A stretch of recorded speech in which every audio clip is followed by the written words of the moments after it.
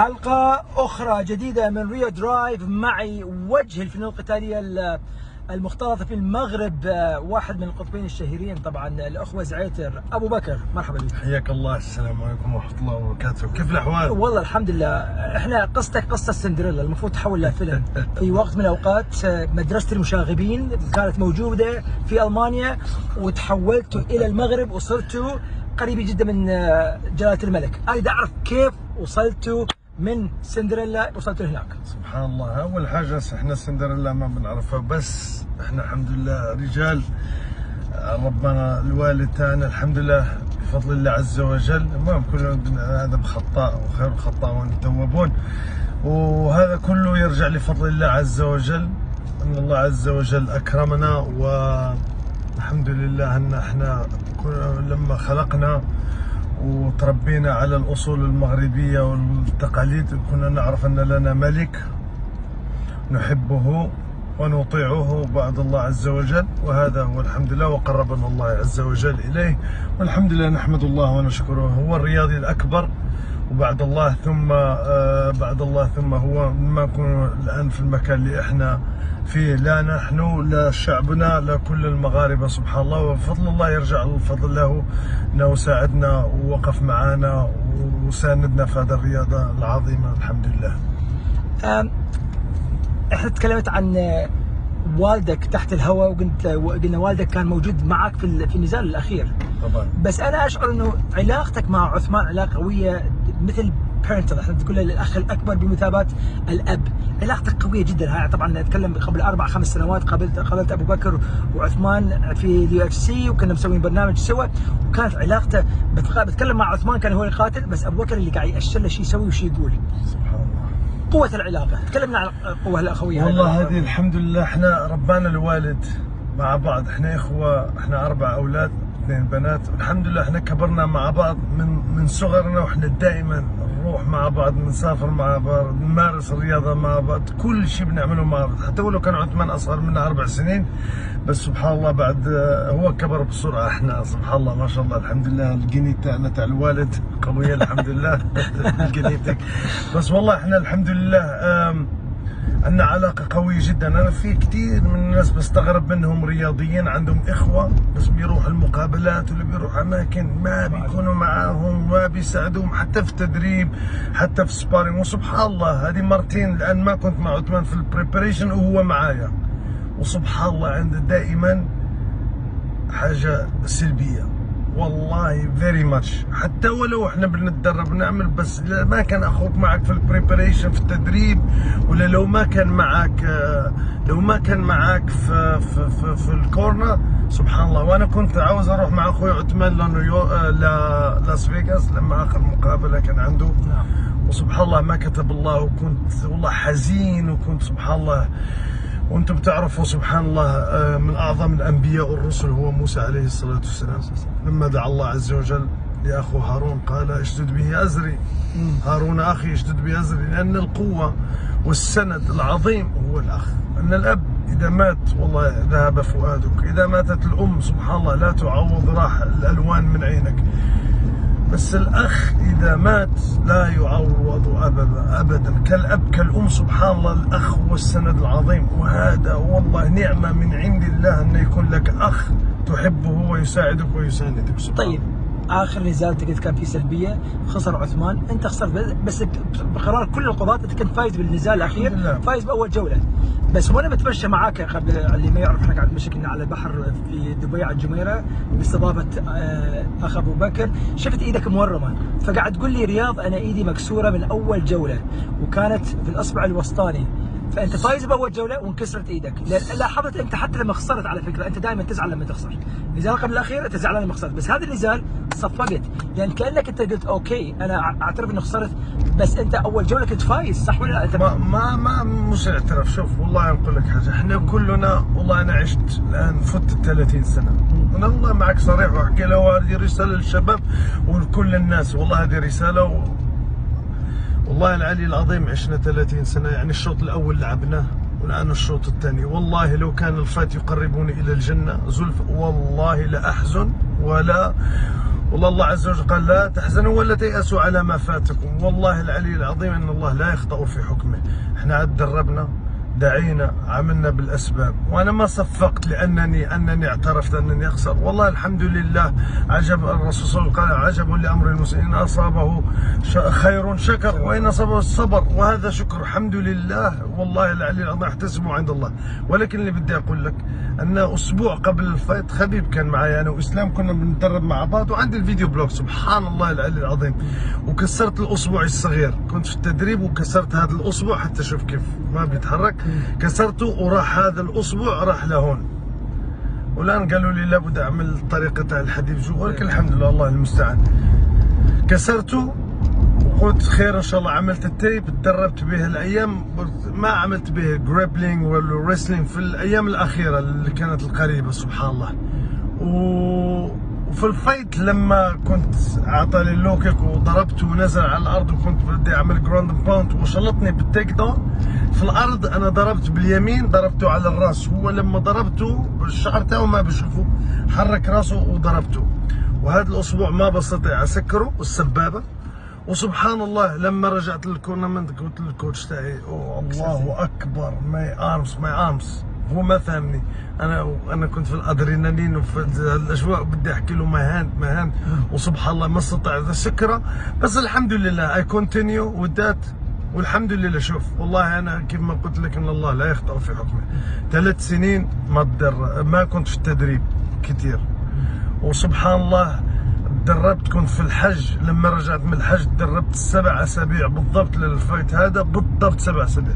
هذا الرجل كان 7 he have 2 fights in the row 10 years younger than me and he is updated. الحمد لله برو that's what I did. الحمد لله وانا فرحان وسعيد، مش على اللي صار ولا، الحمد لله انني فخور بنفسي واعتز بذلك ان الحمد لله. طيب بس اقول لك انتم نزالاتكم دائما مميزه، انت وعثمان دائما ناك اوت ارتست يسموكم. يس. ليش تقاتلوا مره واحده بالسنه؟ فهمني هاي. والله وانت تعرف انا وياك احنا بالنص الام ام اي، نص اليو اف سي. انا اسالك سؤال وانت اسال الجميع، وكل احد اللي بيسمعنا وبيشوفنا اساله كمان سؤال. اليس الحياه كلها فايت؟ مش كل الحياة نزلت صح. بعد كورونا صح. واللي صار بينا، إنك كادح إلى ربك كدحا فملاقيه، مش إنك ذاهب.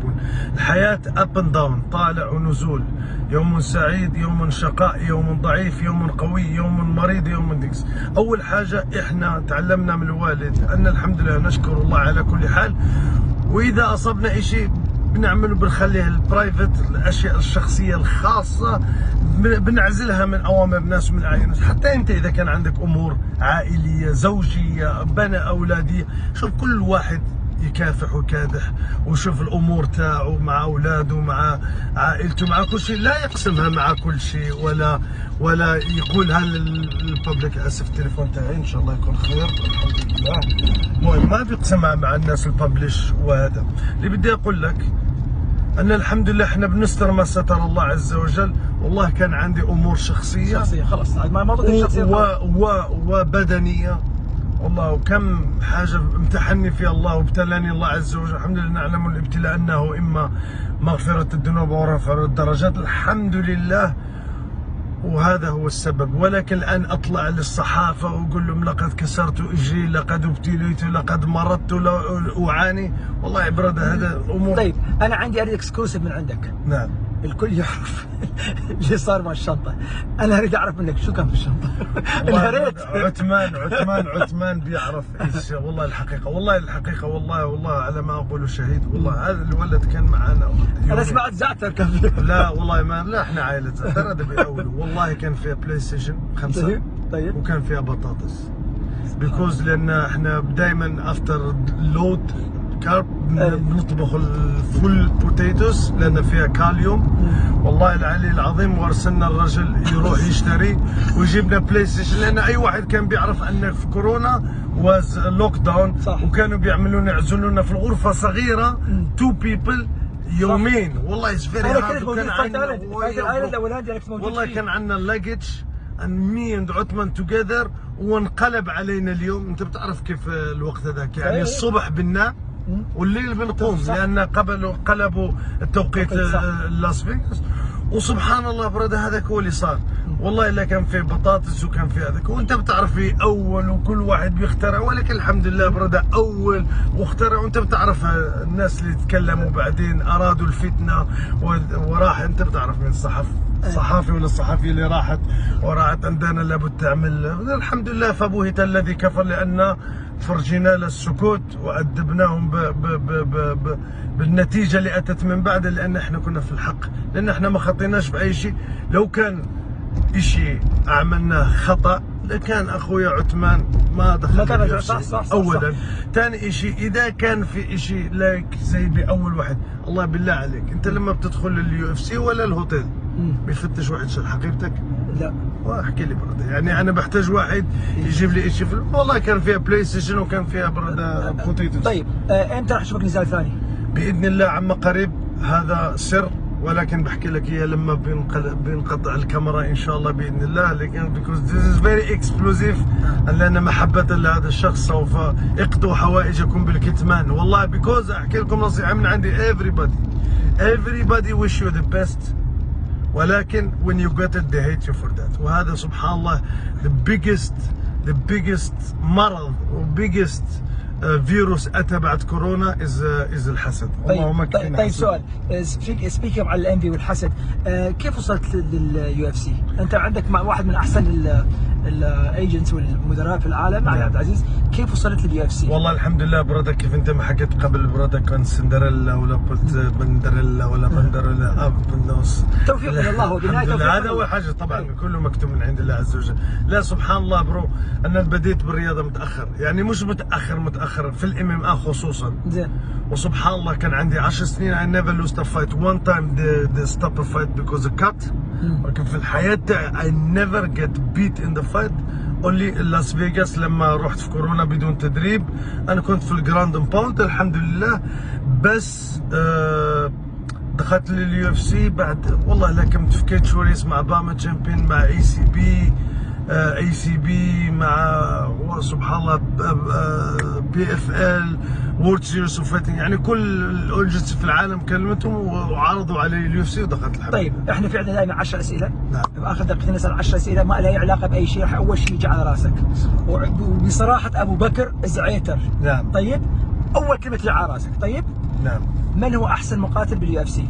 انا عندي خبيب اللي انا احبه لوجه الله. ما هي اطيب اكله ماكلها في حياتك؟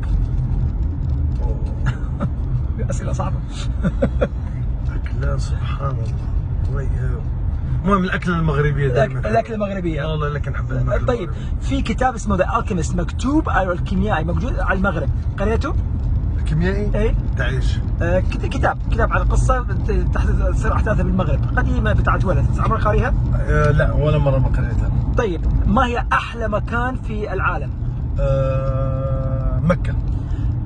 لو انت اعطوك تقاتل اي شخص حيا او ميتا على مر التاريخ، من تقاتله؟ عاجبك تقاتله؟ قاتله؟ الحاسد والله، اي واحد.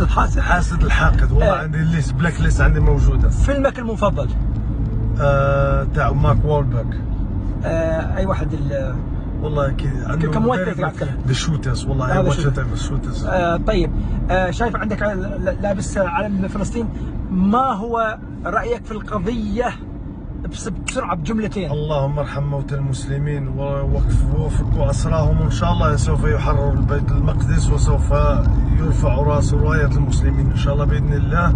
ونطلب من الجميع برودة عدم سفك الدماء في اي ناحيه، وارحم موتى المسلمين في المغرب وفلسطين وفي كل لبنان وسوريا وفي كل مكان. مين احسن مقاتل، انت ولا اخوك؟ عثمان. مين الوالده تحبه اكثر، انت ولا اخوك؟